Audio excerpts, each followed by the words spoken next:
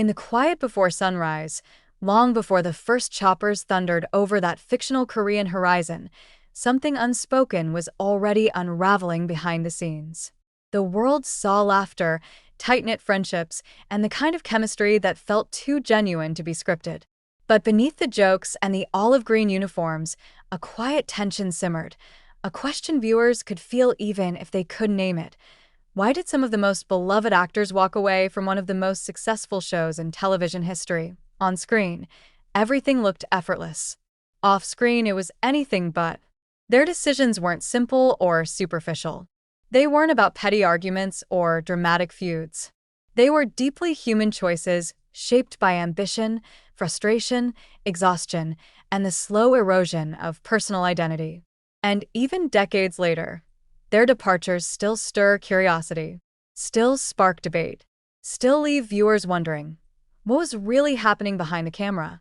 To understand that, we have to step back to the early days, when the cast was still learning who their characters were and who they were becoming because of them. McLean Stevenson, who embodied the warm, slightly overwhelmed Henry Blake, became an immediate fan favorite. His gentle charm anchored the emotional core of the 4077th. But inside, Stevenson felt something shifting. The spotlight wasn't where he hoped it would be. Episodes seemed to revolve more around other characters. And slowly, he began to wonder, was he meant for a bigger role somewhere else? Was he being overlooked? Or worse, was he disappearing inside a show that the world believed he was thriving in? Imagine him sitting in his quiet trailer between scenes, reading scripts that didn't quite give him the spark he craved. Did he feel like he was falling behind while others soared? When he finally chose to leave, the cast tried to talk him out of it. But he walked away anyway, choosing risk over comfort. The writers responded with one of the most shocking TV moments of its time: Henry Blake's flight home abruptly lost over the Sea of Japan. A fictional tragedy, yes, but also a symbolic one. Did Stevenson ever look back and wonder whether he'd made the right decision? Wayne Rogers, Trapper John himself, faced a different internal battle. He was Hawkeye's partner, the other half of the comedic chaos. But slowly, as the show's success grew, Rogers noticed that balance shifting. Hawkeye's storylines grew deeper, funnier, richer. Trapper became the sidekick, the witty second voice rather than an equal lead. What must it feel like to stand beside your friend on camera and slowly watch yourself fade into a shadow? Rogers wasn't angry. He was thoughtful, analytical, aware of his worth.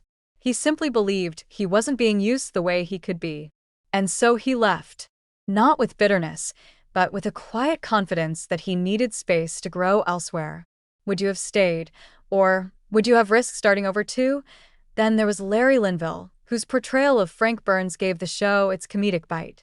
Fans loved to hate Frank, and Linville played him with razor-sharp precision. But while the audience adored the chaos Frank brought, Linville felt creatively boxed in. Frank never evolved, never softened, never gained depth.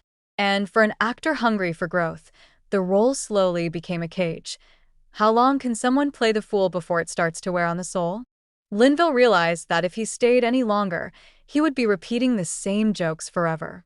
So he made the painful choice to step away, knowing full well that Frank Burns was iconic, and also knowing that he was capable of far more than fans had seen.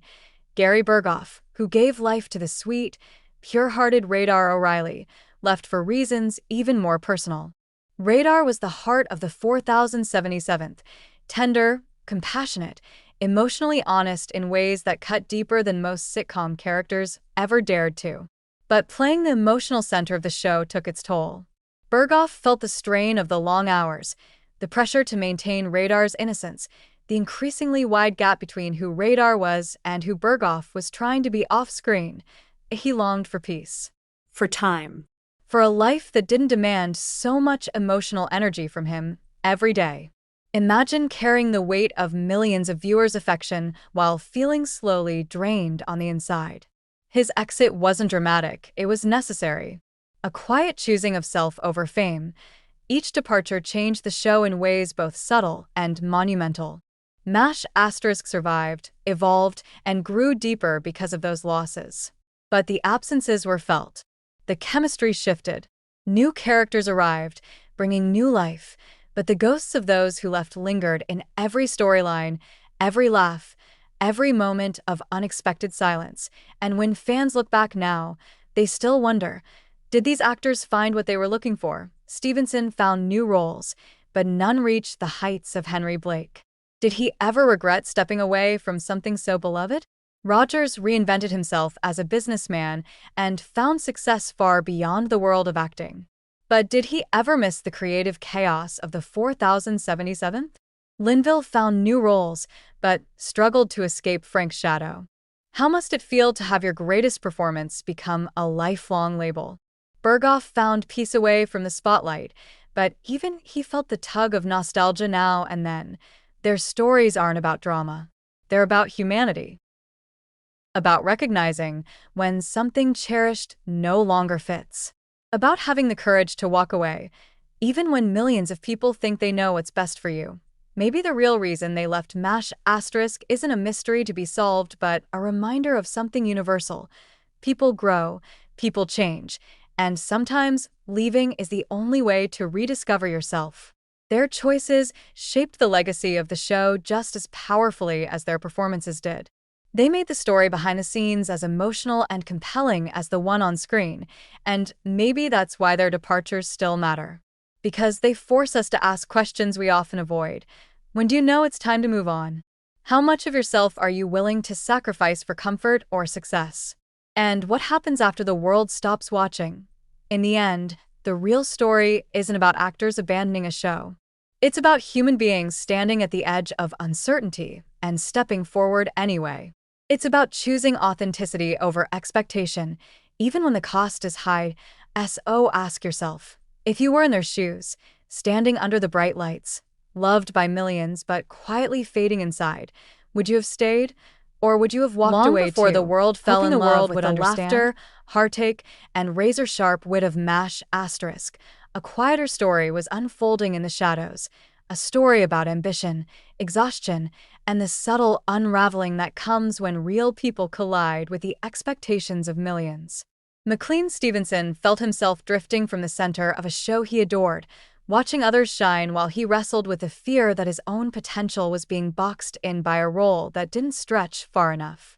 Wayne Rogers saw his character slowly slide into the background, transforming from equal partner to supporting voice, and quietly wondered how long he could keep pretending it didn't bother him. Larry Linville, brilliant and disciplined, grew tired of playing a character who never evolved, a man defined by his flaws without ever being allowed to transcend them.